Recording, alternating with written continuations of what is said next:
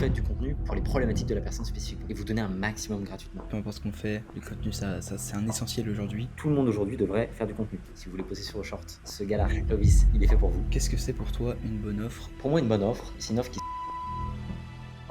Bienvenue dans ce 3e épisode du podcast ADN, podcast dans lequel je vais recevoir aujourd'hui Mathis. Mathis, comment ça va? Très bien, merci beaucoup de l'invitation, parce que ça fait 3 fois qu'on essaie de savoir, 3 fois que je décale. Donc tu as été patient, Clovis, merci beaucoup. Et ça me fait très très plaisir d'être accueilli ici. C'est trop cool. Let's go, magnifique. Mathis, rapidement, est-ce que tu veux bien te présenter, que ce soit plutôt business, on va dire, parce que perso, c'est pas forcément ce qui nous intéresse aujourd'hui. Ouais, bien sûr. Alors moi, je m'appelle Mathis Clouet, j'ai 21 ans, je suis un jeune déscolarisé depuis 4 ans maintenant. J'ai pas mon bac et je vis aux Émirats depuis un peu plus de 4 ans. Je suis tombé dans la marmite du marketing il y a 4 ans de cela, avec du copywriting. J'avais une première agence qui s'appelait Business Script où je faisais des pages de vente. J'étais copywriter. Et ensuite, j'ai pris des clés en pourcentage. Et suite à ça, j'ai ouvert TheEcosystem.io, qui est juste ici, qui est maintenant une boîte qui accompagne les boîtes de services, donc accompagnement et donc boîtes de coaching et agences en ligne, à développer leur activité, à skiller leur boîte via des systèmes d'acquisition, des process et du recrutement. Magnifique. C'est à quel âge The Ecosystem? Parce que justement, tu me racontes 2 ans, que... pas plus de Ouais, 2 ans maintenant. Ouais. incroyable. En 2 ans, du coup, tu as pu accompagner combien de clients à peu près? On a un peu plus de 410 boîtes Ok. accompagnées actuellement. Et c'est quoi le profil des gens qui viennent dans The Ecosystem? Qui est-ce qui est le bienvenu, justement? Très bonne question. Alors, déjà, tout le monde est bienvenu à prendre un appel avec moi. Ouais. Après, est-ce qu'on pourra vous aider? Pas sûr. Mais en fait, c'est des boîtes qui sont entre 5 et 15K de chiffre d'affaires, 5 et même 20K, parce qu'on a des boîtes qui montent jusqu'à 20, 25K qui viennent nous voir, et qui souhaitent développer leur activité à 30, 50 000 euros de chiffre d'affaires mensuel, Ok. simplement, qui veulent développer des process, développer plus d'acquisitions, etc. Et donc, c'est des boîtes qui sont soit des agences en ligne, soit des consultants, soit des business de coaching. Et on va les aider sur tous ces points-là à développer leur activité, leur entreprise. Ok, magnifique. Bon, on va rentrer un peu dans le vif du sujet. Je vais essayer de te poser des questions précises pour tirer le meilleur de ce que je peux tirer de toi, on va dire. Tu parles d'acquisition. Quels est aujourd'hui les systèmes, toi, que tu mets en place, que ce soit pour tes clients ou pour toi directement, pour ton acquisition? Bonne question. Alors, quand tu dis système, c'est système d'acquisition, système de délivrabilité, c'est... OK. Nous, aujourd'hui, on est majoritairement en organique et en setting. On a la partie ads, mais l'Ads, on considère qu'elle n'intervient pas, elle ne doit pas intervenir avant 1000 à 1500 euros de chiffre d'affaires par jour, journalier. Donc, on va mettre en place des stratégies qui vont être sur YouTube, LinkedIn, Instagram, Facebook, Twitter, avec des stratégies qui sont parfaites pour cibler une audience très cible. Très, tu vois, typiquement, nous, on travaille ensemble sur la partie short. D'ailleurs, si vous voulez poster sur vos shorts, ce gars-là, Clovis, il est fait pour vous, ok, vraiment. Parce que moi, il est tellement patient avec moi que j'ai du retard sur mon truc. Bref. Donc, je vous recommande chaudement Clovis. Et donc, en fait, on va vraiment cibler. Ouais, en 2024, par exemple, on a fait 1,8 million de cash collecté avec notre système d'accompagnement, avec 5000 abonnés, littéralement. 5000 sur LinkedIn, 5000 sur Instagram, 5000 sur YouTube, avec zéro ads et avec un seul setter. Pourquoi? Parce que 5000 abonnés aujourd'hui, ça peut paraître peu. Mais quand vous visualisez 5000 personnes dans une pièce, 5000 personnes vraiment qualifiées, moi, avec 5000 abonnés sur Instagram, je fais 3000 impressions par story, donc c'est énorme. Bah, en fait, vous mettez toutes ces personnes-là dans une pièce, il vous en suffit que une centaine ou 200 pour, avec une offre à étiquette, faire des millions. Mais Donc, clairement. les gens ne comprennent pas forcément ça. Mais quand vous visez la qualité et dans votre délivrabilité et dans votre acquisition, vous ne faites pas du mass market, pas du low ticket, pas des trucs où vous essayez de vous adresser à tout le monde et donc vous parlez finalement à n'importe qui, bah, en fait, ça change tout. Ouais, clairement, ce que tu viens de dire là, sur le quand on parle à tout le monde, on parle à personne, c'est exactement ce que je vois que tu mets en place, qui est incroyable. Et toi, justement, tu parles de ces différents canaux d'acquisition, enfin, canaux, on va dire, de différents réseaux, quoi. C'est quoi aujourd'hui, toi, le réseau que tu trouves le meilleur pour éduquer, slash vendre, on va dire? Cette question, elle est à double tranchant. On me la pose souvent, mais moi, je dirais d'abord YouTube pour éduquer, c'est le Ouais. mieux. Maintenant, quel est les réseaux qui me procurent le plus de leads? Je serais incapable de dire. Pourquoi? Parce que, en fait, on a trois réseaux qui sont imbriqués. On a LinkedIn, Instagram, YouTube. Sans LinkedIn, j'aurais pas autant de crédibilité avec YouTube. Genre, j'aurais pas autant de crédibilité, j'aurais pas autant de leads qui viennent voir ma chaîne YouTube sans LinkedIn. Mais sans YouTube, j'aurais pas assez de crédibilité sur LinkedIn. Pareil pour Instagram. Et en fait, c'est une espèce de triangle d'or qui permet de renforcer, c'est une espèce d'écosystème où chaque réseau joue un rôle différent. Instagram, c'est un rôle plus personnel. On va mettre des shorts, on va mettre des extraits, toucher une plus large audience, ça permet de faire des collaborations avec des feats. Même, on va montrer ma vie un peu plus personnelle, donc pour que les gens s'attachent à mon personnage. LinkedIn, ça va être beaucoup plus de valeur brute envoyée au quotidien, avec 3-4 posts par jour. Et YouTube, il y a moins de vidéos, elles sont beaucoup plus rares, mais c'est des masterclass sur des sujets très précis. Et donc, en fait, on va varier avec les formats pour apporter tout ce dont tu as besoin, tout ce dont nos prospects ont besoin à travers ces réseaux-là, quoi. Ouais, ouais, c'est un truc qui fonctionne ensemble en gros. L'un n'irait pas sans l'autre, quoi. Tu peux pas séparer les réseaux, en fait. Chacun a un rôle particulier à jouer Ouais, c'est ça que je me disais en me posant la question. Je me suis dit, si tu fais que du YouTube, tu peux pas laisser tu peux. Enfin, c'est chiant, quoi. Ok, incroyable. Et comment toi enfin, c'est quoi ta règle pour créer du bon contenu? Parce que créer du contenu pour créer du contenu, c'est pas forcément utile. Est-ce que tu t'es fixé quelque chose, tu t'es dit, tiens, quand je crée du contenu, il faut que je pense à ça? Mmh. En fait, quand je crée du contenu, je le crée d'abord pour moi. Et étonnamment, quand je commence à poster des choses pour moi, il y a beaucoup d'autres personnes qui se reconnaissent dans ce pourquoi je veux le poster. Alors quand je dis pour moi, parce que moi je suis ma propre cible, en fait, je suis un business en étiquette, donc c'est avantageux. Mais c'est pas toujours le cas. Et donc il faut essayer de penser à quoi la cible, oui, à quoi la personne que vous aidez va avoir besoin ou va penser. Et donc vous faites du contenu pour la personne, pour les problématiques de la personne spécifiquement. Et vous donnez un maximum gratuitement, vraiment. Ouais, ça c'est ton mantra, je t'ai entendu plein de fois le dire, donner gratuitement un peu le mantra d'Hormozy aussi. D'ailleurs, en parlant d'Hormozy, ça m'évoque un point. Tu allé à son mastermind et enfin, je sais pas comment est-ce que tu Ouais, l'appellerais. workshop, ouais. Ouais, workshop. Quelle est la grande leçon, la plus grande leçon que tu en as tirée? Et si jamais tu avais un point que tu aimerais donner de ce workshop, lequel serait-il? Je citerai la théorie des contraintes. Pour moi, c'est la chose la plus intéressante. C'est-à-dire que ton business ne grandit pas parce que tu le pousses par derrière. Tu sais, en essayant de pousser ton business comme ça, il est retenu par différentes contraintes dont tu as conscience ou non d'ailleurs. Et il suffit de faire sauter ces contraintes-là pour que tu puisses te permettre d'avancer. Tu n'es qu'à une étape près, tu n'es qu'à une contrainte de débloquer la prochaine étape de ton activité. Voilà. Toi, c'est quoi ta contrainte actuellement? Hmm. Tu l'as identifiée ou? Bonne question. Je pense que c'est de passer de 10 à 30 appels par jour. Ok, Sur passer la barre des 150 cas par mois. ok. Et la contrainte qui est plutôt fréquente chez les gens que tu accompagnes, c'est laquelle? Tout le monde pense avoir une contrainte d'acquisition en disant j'ai pas assez de leads, j'ai pas assez de leads, j'ai pas assez de leads. Alors qu'en fait, en général, si la personne fait moins de 30 cas par mois, c'est qu'elle a une contrainte d'offre. C'est que son offre, elle n'est pas market fit. Donc oui, il y a beaucoup de gens qui sont pas visibles, qui sont trop peu visibles, mais il y a surtout beaucoup trop de gens qui ne comprennent pas comment faire une bonne offre. Et tout le monde pense savoir faire une bonne offre parce qu'ils ont lu le bouquin d'Alexandre Mouzy, tout le monde sait. Alors qu'en réalité, quand je demande aux personnes, 9 personnes sur 10, elles ne sont pas capables de me pitcher leur offre en une phrase avec absolument tous les détails de l'offre. En tout cas, elles se démarquent pas du marché, elles ne stand out, enfin, elles sortent pas du marché, elles sortent pas du lot. Donc moi, je dirais avant 50K par mois, vous en train d'offre. Après 50K par mois, un système automatisé, lean, avec 80% de profit. Ok, ultra intéressant. Tu parles justement d'une bonne offre. Qu'est-ce que c'est pour toi une bonne offre un peu? Pour moi, une bonne offre, c'est une offre qui se prévend d'elle-même. Ok. C'est une offre qui est scalable, avec un système de délivrabilité Ouais, hybride, où tu as du done for you et du done with you. Ça permet d'avoir le cash on front et un peu de ok. recurring. C'est une offre qui se vend entre 5 et 15K par mois. 5 et 15K au total, pas par mois, pardon, en termes de cash, qui n'est pas un système complexe qui craque dans tous les sens, tu vois, c'est un système simple, et un système avec 80% de profit, et qui est lean, qui est efficace, tu vois. Hmm, ok. T'as déjà testé de faire du l'étiquette ou jamais de ta vie? Si, j'ai déjà essayé, mais honnêtement, ça t'attire tellement de Ouais, touristes, tellement de ouais. galères, de stress, de trucs. C'est chiant, ouais. Autant donner gratuitement, et en fait, les gens, ça filtrera automatiquement. Carrément, ok. Ok. Et du coup, pour revenir justement sur ce point de vue high ticket, il y a beaucoup de gens qui galèrent à pricer cher, on va dire, et du coup à se mettre dans cette position et qui du coup restent dans la concurrence des prix.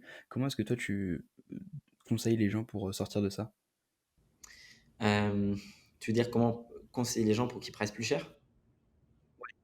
Ah, comment les débloquer pour qu'ils pricent plus cher? Ouais. Ok, il y a plein d'avantages après c'est plus cher. Il y a d'ailleurs que des avantages. Déjà, la première chose, c'est que ça va filtrer les clients. Alors, tout le monde dit filtrer les clients, est-ce que c'est vrai, c'est pas vrai? Si, c'est vrai, ça filtre les clients. Tous mes clients qui ont payé des offres one à 15K, j'en ai eu 3, parce que j'en fais pas beaucoup, ils ont tous été incroyables dans leur coachabilité, dans leur activabilité, dans absolument tout. C'est des mecs super smart, c'est des mecs super intéressants c'est un plaisir de travailler avec eux, tu vois. Quand j'ai fait des offres low ticket à 200 balles, c'est que des galères, c'est que des emmerdes, alors que tu vas plus te défoncer pour une offre de 200 balles. La seconde raison, c'est que tu vas avoir beaucoup plus de cash à investir dans ta délivrabilité, dans ton système de délivrabilité, donc avec ta team, avec tes process, et que donc forcément tu peux délivrer une présence beaucoup plus importante en termes de produits, en termes de services, et donc tu es beaucoup moins frustré de passer du temps avec ton client.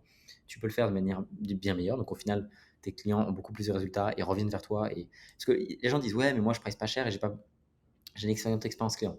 Oui, tant mieux pour toi, peut-être. Déjà, je suis pas tout le temps sûr, mais ça peut arriver pour certaines personnes sur le marché. Maintenant, la majorité des personnes, lorsqu'elles font des offres à 500 balles, à 700 balles, à 800 balles, à 1000 balles, elles vont très rapidement être frustrées par le fait qu'elles soient capées, en fait.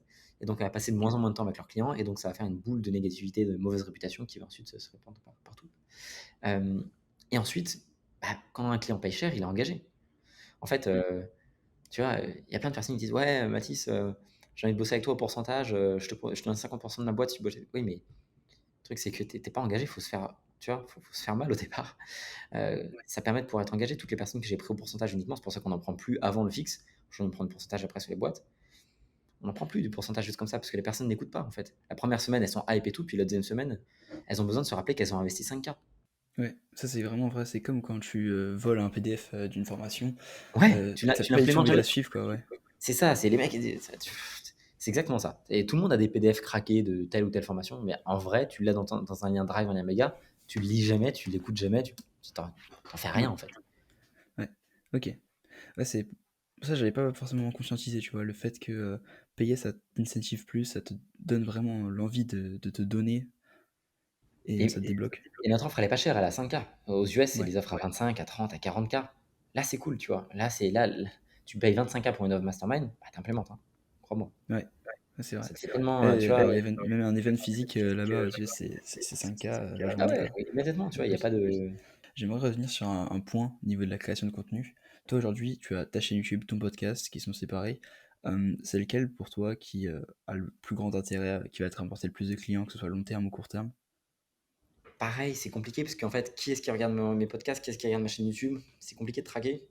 Ouais, c'est vrai, Et ce ça qui est parle sûr, c'est que aussi. plus les gens passent du temps avec toi sur le long terme, plus ils achètent et plus ils ont confiance. Enfin, plus ils achètent, plus ils ont confiance, donc plus ils achètent. Et si tu fais pas de la merde dans ton contenu, que tu dis des choses pertinentes et que tu délivres les bons clients, en fait, naturellement, tu vas faire de l'argent. Hmm. Tu vois. Ok. Ouais, Mais les formats longs, si je vais garder une seule chose, ce serait mes formats longs. C'est fini. ouais. Ok.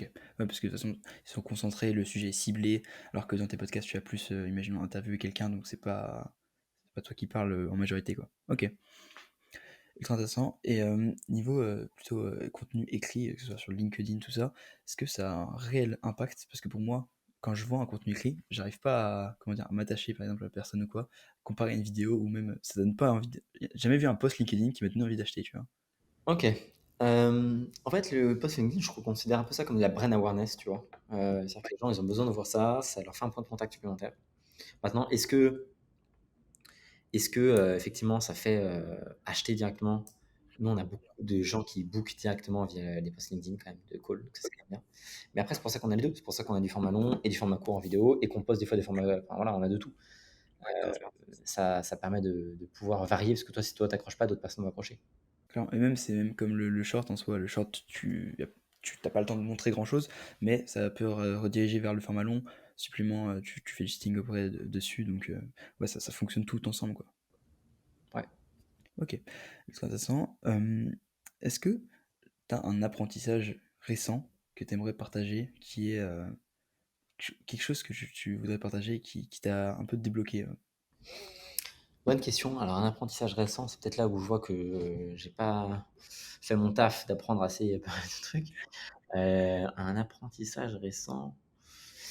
Euh, Si, bah en fait, nous, on stagne à 150K par mois. Et enfin, tu vois, le mois dernier, on fait 148, et des mois, on fait 120, des mois, on fait 170. Enfin, normal, quoi, on varie. Et je pense que c'est la vie qui m'apprend que c'est normal d'avoir des périodes de stagnation. Et que si on se donne pas corps et âme, tu vois, les gens, il y a des fois, j'ai des clients qui viennent me voir, ils me disent, ouais, j'ai posté une vidéo toutes les 2 semaines sur YouTube, je poste un réel par jour sur LinkedIn, un machin, un truc. Bref, on a tous les trucs, je veux pas, enfin, voilà. Mais pourtant, j'ai pas encore assez de calls et tout. Et je leur dis, tu es dans un marché, alors ça dépend des clients, mais certains clients qui sont dans des marchés hyper concurrentiels, si vous ne vous donnez pas à 500%, vous n'allez pas surperformer le marché. À un moment donné, le niveau il est tel que vous pouvez tout prendre, mais c'est un marché qui devient un winner take all. Takes all. Et c'est vraiment ça. C'est-à-dire que le gagnant aujourd'hui prend tout. Parce que les gagnants, c'est ceux qui ont le plus faim. Donc si vous vous défoncez pas, que vous n'êtes pas plus innovateur dans vos leads, pas plus innovateur dans tout, vous allez vous faire bouffer. Euh, Et moi, je considère que, stagner, c'est me faire bouffer. J'ai envie de faire 500 K par mois, tu vois? Je suis pas donc il faut en fait, en permanence se battre et jamais tomber dans la facilité, dans le truc de reposer se reposer sur ses lauriers. Je pense que c'est ça. Ouais. Il y a un truc que tu viens de dire là, comme quoi, le top, enfin le mec qui est au top, il va prendre, tout le marché et le reste va manger les miettes en gros. Ça, dans ton marché qui est l'accompagnement, est-ce que ça se vérifie? Parce qu'en soi, il y a beaucoup de mecs quand même, qui font de l'accompagnement, scaling on pourrait dire, même si, ce mot, est utilisé à tort à travers. Heu, Comment est-ce que tu vois tes concurrents, actuellement, on va dire? Alors je veux pas être présomptueux ou arrogant parce que c'est vraiment pas l'objectif. Il y a des personnes qui existaient bien avant moi sur le Ouais. marché scaling et donc voilà. Mais il y a eu quand même une vague de nouveaux mecs qui se sont mis à faire du scaling, out of air, tu vois? Comme ça et 50 des personnes sur le marché français qui font ça aujourd'hui, ils reprennent les vidéos que j'ai faites ou de concurrents, j'ai des concurrents avec qui je m'entends très bien parce qu'ils innovent, ils sont là, ils sont bien avant moi, ils sont ultra smart, par exemple Jeremy Coleman, tu vois? Je pourrais t'en citer d'autres, des mecs qui sont vraiment smart, que j'apprécie énormément et que dont je respecte le travail.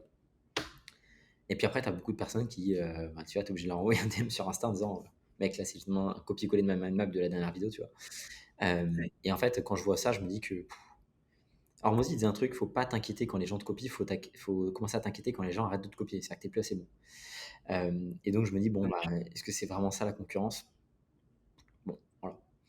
Euh, Ça me fait pas. Enfin, le marché est assez grand, on parle pas trop de concurrence, et puis le niveau de concurrence est tellement bas. Voilà. Il y a un gros TAM, mais est-ce que toi, tu as un élément que tu fais exprès ou non, qui te différencie justement, du reste? C'est quoi ton élément différenciant? Je poste du contenu, j'ai mes idées à moi. Je pense que c'est la meilleure manière de se différencier, c'est en laissant soi, parce que les gens peuvent copier mes process, peuvent copier mes mind maps, mais ils peuvent pas me copier moi. Moi, je Ouais, suis qui je OK. suis, tu vois. Je ne suis qu'un déscolarisé qui s'expatrie à Dubaï et qui transmet ses propres process. Donc après, voilà. OK, incroyable. Donc plutôt, ouais, cette partie, personal branding, qui va faire que les gens vont choisir toi. Ce qui est vrai en soi, actuellement, moi personnellement, si jamais j'achète, un accompagnement, c'est parce qu'un mec, j'ai accroché avec cette personne, j'ai envie d'être au stade où il est, tout ça, enfin et pas parce que, les gens qui sont dedans m'ont dit que c'est le mec le plus smart. C'est comment est-ce que toi tu le vois? OK. Ouais, bien sûr. C'est ça, c'est la perception. Ouais, c'est valeur perçue, OK, OK. Incroyable. Toi, justement, tu es entrepreneur, mais tu crées du contenu. Mais comment est-ce que tu fais pour ne pas passer tout ton temps et du coup devenir un espèce de créateur de contenu et plutôt réussir à focus à quand même manager les teams, tout ça, parce que t'as pas que ça à faire. C'est quoi ta technique pour produire, Je concentre mes périodes de création de contenu sur des demi-journées, genre le dimanche après-midi, le mercredi matin. Et après, les gens, il y a des gens qui viennent me voir et qui me disent, ouais, c'est trop long, j'ai pas envie de passer une journée par semaine à créer du contenu. Et en fait, ils se rendent pas compte à quel point c'est important de créer du contenu. C'est-à-dire qu'ils n'ont pas le temps, c'est faux, c'est qu'ils n'ont pas la priorité sur ça. Et à la limite, je pourrais le comprendre. Et donc, moi, à ça, je leur dirais, tous les plus grands entrepreneurs font du contenu. Alors, il y a plein de gens qui disent, ouais, mais tu vois, il y a plein de milliardaires qui sont dans le business du pétrole, le business du gravier, qui font pas de contenu, pourtant ils sont milliardaires. Oui, certes, mais ça veut pas dire pour autant que s'ils faisaient pas s'ils faisaient du contenu, ils n'auraient pas plus de résultats. Ray Dalio s'est mis à faire du contenu alors qu'il était millionnaire, il est toujours milliardaire, pour essayer de trouver des personnes à recruter parce qu'il n'a pas cette visibilité auprès des talents. Musk, il passe son temps en podcast. Alors Musk, c'est une fille, machin. Mais tout le monde aujourd'hui devrait faire du contenu. Citez-moi, trouvez-moi un seul secteur dans lequel c'est pas avantageux de faire du contenu. Un seul secteur. Alors, si vous me citez secret défense, CIA, oui. Ouais. Et encore que, vous pourriez démocratiser les services secrets sans donner des informations, mais juste en donnant envie aux gens d'aller vers les services secrets et donc de trouver encore plus de talents et en imitant les autres pays. Moi, franchement, tu me mets aujourd'hui, je recommence n'importe quel métier. Ça peut être cuisinier, danseur, musicien, éboueur, ce que tu veux, ce que tu veux. Je prends mon téléphone, je fais du content. Parce que je veux attirer une audience, parce que ça me donne des privilèges, parce que ça me donne de la visibilité, parce que je vais pouvoir connecter avec des gens, parce que je vais pouvoir vendre des trucs. Clairement. Ouais, ça, j'ai souvent entendu le dire et c'est très très vrai. Peu importe ce qu'on fait, le contenu, ça c'est un essentiel aujourd'hui. Pour que ça pour recruter, connecter avec des gens, peu importe, réseauter, tout. Il y a pas, ça va juste améliorer tout. Les défauts, c'est si jamais t'es vraiment connu et que tu te fais tuer dans la rue, mais ça t'arrivera pas si jamais, enfin, crois pas que tu vas poster une vidéo et faire 3 milliards de vues, quoi. Ça n'existe pas. Donc, faut créer du contenu, c'est la morale. Ok. Incroyable. pour revenir sur un autre point qui m'intéresse, toi tu travailles avec beaucoup d'agences. Qu'est-ce qui va faire aujourd'hui qu'une agence va réussir à justement faire plus de ventes, sachant que c'est un milieu qui est assez concurrentiel? L'offre. Qu'est-ce que tu as à offrir? C'est l'offre. Pour moi, c'est vraiment ça, hein, c'est les gens qui font le plus de thunes dans ce monde, c'est ceux qui ont la meilleure offre et de peu importe, sur quoi, c'est qu'est-ce que tu as à offrir, what's in it for me? Pourquoi est-ce que j'irais acheter chez toi et pas chez quelqu'un d'autre? OK, ouais, c'est toujours le même point de l'offre. OK. Donc se différencier, sur son offre, c'est un point et qui est essentiel, plus créer du contenu, tu combines ça, tu fais l'oseille automatiquement. Il y a 100%. il y a un autre point ou pas, qui te vient En en vrai tête en là? vrai, tu fais du contenu en apportant de la valeur à ta cible et tu as une bonne offre, tu as résumé 80 de ce qu'il te faut pour aller chercher 20K par mois. OK, En vrai. ouais. OK. J'aimerais revenir sur, theecosystem.io qui du coup a aujourd'hui 2 ans comme tu me l'as dit. C'est quoi un peu la vision de The Ecosystem, sur le long terme, que ce soit dans 5, 10 ans? Je sais pas, non, c'est peut-être un peu loin, mais on va déjà, ta vision en gros sur l'avenir avec The Ecosystem. La vision, avec theecosystem.io, c'est de devenir le premier incubateur francophone, on passer à mondial, sur les business de services, à étiquette, donc de coaching et de services, pour ensuite de prendre du pourcentage. Alors là, on est aujourd'hui sur les quelques pourcentages qu'on a, c'est du share revenu, c'est pas de des parts de boîte, si tu veux. Ouais. Hem, mais ouais, c'est de devenir le 1er en France, d'accompagner 10 000 boîtes de services, littéralement. C'est ça la target, c'est accompagner 10 000 personnes, 10 000 OK. sociétés, Ouais. heu et heu et tout casser, quoi. OK. Et tu toujours une prédiction, comment dire? Est-ce que là, par exemple, tu accompagnes les personnes qui sont de 10 à 20K, voire un peu plus? Est-ce que dans l'avenir, ce seraient des personnes qui seraient plus, hauts déjà en revenus, quand ils rentrent ou pas forcément? Je pense que ça vaut le coup de s'ouvrir à d'autres, secteurs, de faire d'autres produits. Pour l'instant, c'est pas le cas. Ça sera du coup un scaling plus horizontal que vertical, mais ça viendra, ouais, effectivement, avec le temps. OK. Ouais, et imaginons que là, un mec qui nous écoute, il fait, 10 à 20K par mois, qu'il a une offre qui est validée du coup, si jamais il a réussi à faire ses 10 à 20K, qu'est-ce qui va l'emmener à justement, imaginons 50K par mois, 100K par mois? Ça va beaucoup dépendre de son offre, de son pricing, de plein de choses en réalité. C'est en fait, c'est quoi la situation réellement pour lui, tu vois? Moi, de ce que je te dirais de ça, bonne question, je réfléchis. Ça va dépendre de ses contraintes actuelles. Ça va être très variable. Il y avait plein de personnes qui, à 20K par mois, la personne qui fait 18K par mois, elle est Ouais. déjà sous l'eau parce qu'elle a un service en done for you. Elle a beaucoup de recurring, mais elle a peu de cash upfront parce qu'il y a un service qui lui prend beaucoup de temps. La priorité, ça va être de standardiser et tout de suite d'avoir quelqu'un qui peut l'aider à le délivrer. Au contraire, si la personne elle est dans du coaching ou dans de la vente d'informations, elle a peu d'efforts en délivrabilité parce qu'elle a beaucoup d'efforts en do it yourself. Et donc, ce qu'il va lui falloir, c'est rapidement être plus visible pour battre sa concurrence. Donc, ça va vraiment dépendre du modèle de la personne, de ce qu'elle fait exactement, euh, et de ses chiffres, tout simplement. Nous, on a vraiment une lecture scientifique chez The Ecosystem où on lit les chiffres, on passe le business au scalpel au départ Ouais. et, euh, et on comprend exactement ce qui va, ce qui va pas. Justement, si cette personne, elle délivrait mieux, Standardisé? ouais, Ouais, enfin, délivrer mieux, ça passe pour toi par, plutôt recrutement. Comment est-ce qu'on fait pour mieux délivrer une plus grosse quantité? bonne question. Ça passe par avoir une roadmap à la base. Les gens, ils en parlent jamais en France de comment bien délivrer, mais en fait, il faut avoir des points d'activation. C'est quoi des points d'activation? C'est des balises de transformation. Je te donne un exemple.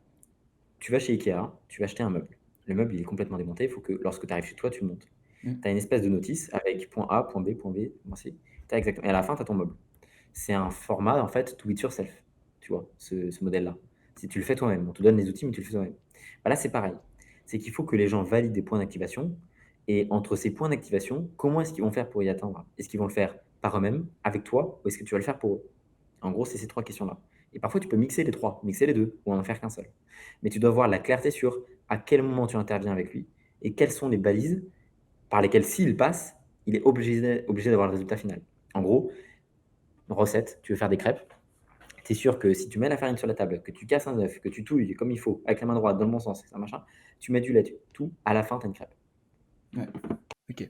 Ouais, c'est la standardisation, ultime ça, c'est avoir une roadmap que tout le monde peut suivre de la même façon et ne plus, faire d'exception. Ça, c'est un problème que je revois beaucoup, chez pas mal de personnes, c'est que comme ils sont, on va dire, attirés par: «Oh, il y a un client, tiens, un mec qui veut que je l'aide», enfin qui a des sous à me donner, on va dire. Et donc, ils vont venir faire un truc personnalisé, sauf qu'ils sortent de leur standardisation de l'offre qu'ils ont de base et ils commencent à travailler avec tout le monde. Et ça te fait déjà avoir une mauvaise délivrabilité parce que ça suit plus le plan. Et en plus, tu t'éparpilles, quoi.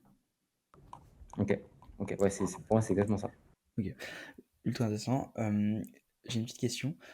Moi, je te vois comme un marketeur d'expert, mais je sais pas si jamais pour toi, c'est l'endroit où tu as la plus grande expertise. Quel est l'endroit où tu es le plus compétent, on va dire? Je pense, je pense, le marketing. En fait, c'est Ouais. ça, moi, je suis vraiment passionné par ça. Alors après, je développe mon système de compétences sur plein d'autres choses, hein, process, recrutement et tout, mais le marketing, c'est vraiment, une des choses que je préfère. Ok. Et c'est quoi ton meilleur conseil marketing que tu pourrais donner actuellement? Apprendre à marketer, hem et pour ça, il faut comprendre la personne en face de soi. Le marketing, c'est ni plus ni moins que de répondre à des besoins ou répondre à des envies et de les encourager là-dedans. Donc, il faut comprendre la psychologie humaine, un minimum, les bases, hein, pas besoin de beaucoup. Aujourd'hui, avec ChatGPT, vous pouvez apprendre tellement rapidement. Pour moi, c'est le marketing qui a priorité là-dessus. Ouais, ouais, c'est clairement hyper intéressant. Comprendre la personne dans laquelle on a en face de nous, aller parler à sa cible, ça va un peu dans ça.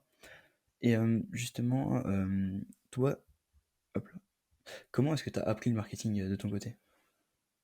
Avec Tugen Barra, qui était mon premier mentor en copywriting, qui m'a appris le marketing de A à Z et je lui dois énormément pour ça. Ouais, Donc ouais, c'était vraiment, c'est quelqu'un, que j'apprécie énormément et heu et qui m'a appris toutes les bases du marketing, toutes les bases du copywriting. ouais, je sais pas si t'as vu, actuellement, il commence à reposter des vidéos sur YouTube, etc. Mmh. C'est ultra intéressant, je trouve. Franchement, non, Ouais, super intéressant. c'est fou, c'est fou. Ok, magnifique. Mathis, que penses-tu de l'IA? C'est une question qui est très vague. Je vais un peu spécifier si Ouais, tu c'est veux. extrêmement vague. Qu'est-ce Que que j'en pense de penses-tu l'IA? C'est que penses-tu inévitable, Ouais. c'est révolutionnaire, c'est incroyable. Hem, Pardon, je t'ai coupé, en fait. Non, non, vas-y, continue. C'est très bien. Non, c'est incroyable, c'est révolutionnaire, ça va tellement vite. Je sais pas du tout où est-ce qu'on s'en dirige.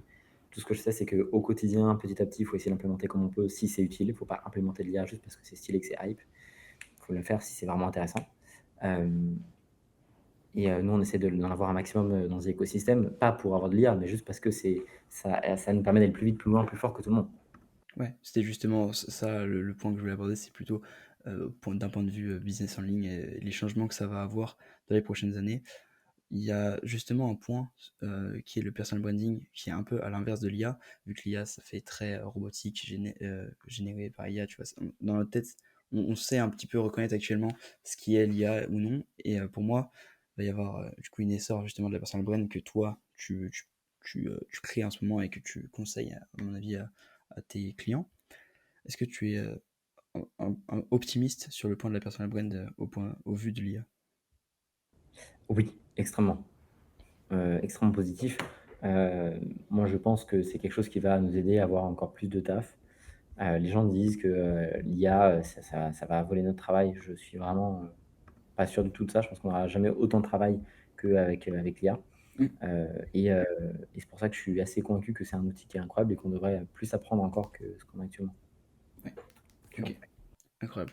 Pour revenir sur The Ecosystem, un truc que moi j'ai constaté à mon échelle sans être dedans, c'est qu'il y a une communauté qui est très forte, proactive et qui s'entraide beaucoup. J'en ai notamment fait les frais parce qu'ils m'ont tous envoyé un petit message à un moment. Et comment est-ce que tu as fait pour que les gens soient comme ça dans ta communauté, soient investis, etc. Ah, le fait d'avoir du high ticket, ça trie les gens. Je pense que j'attire aussi les bonnes personnes. En tout cas, j'essaye un maximum. Et, heu et après, en fait, quand tu es bienveillant avec les gens, quand tu es dans la bienveillance, de manière générale, ça se reflète, en fait. Tu le reprends aussi, tu vois? Tu attires tout ce que tu émanes.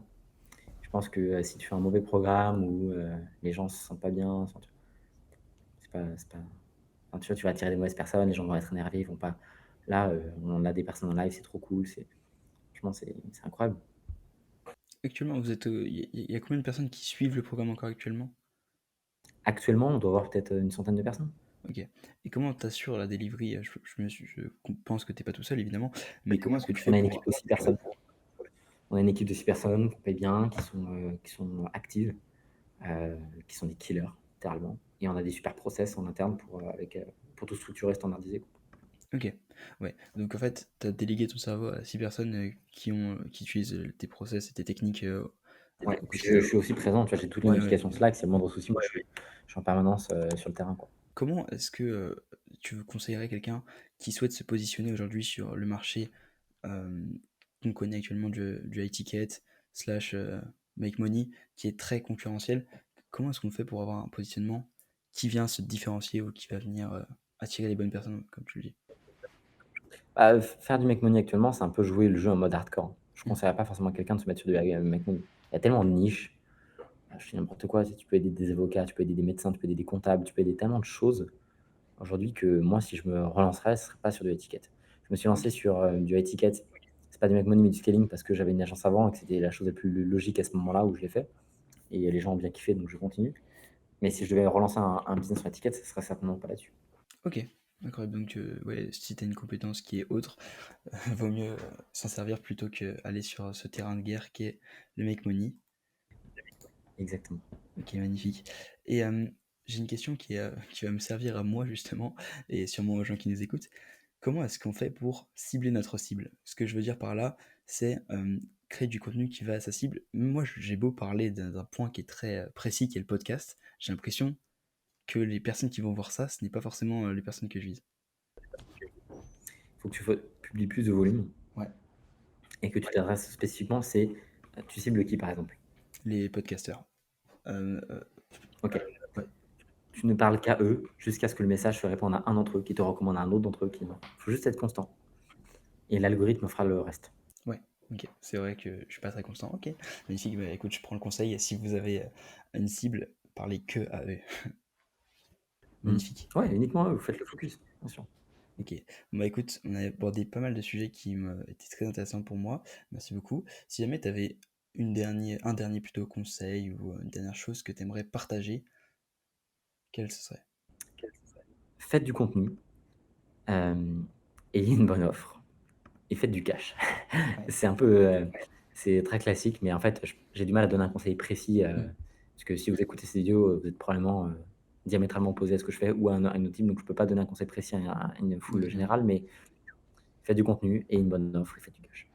Magnifique.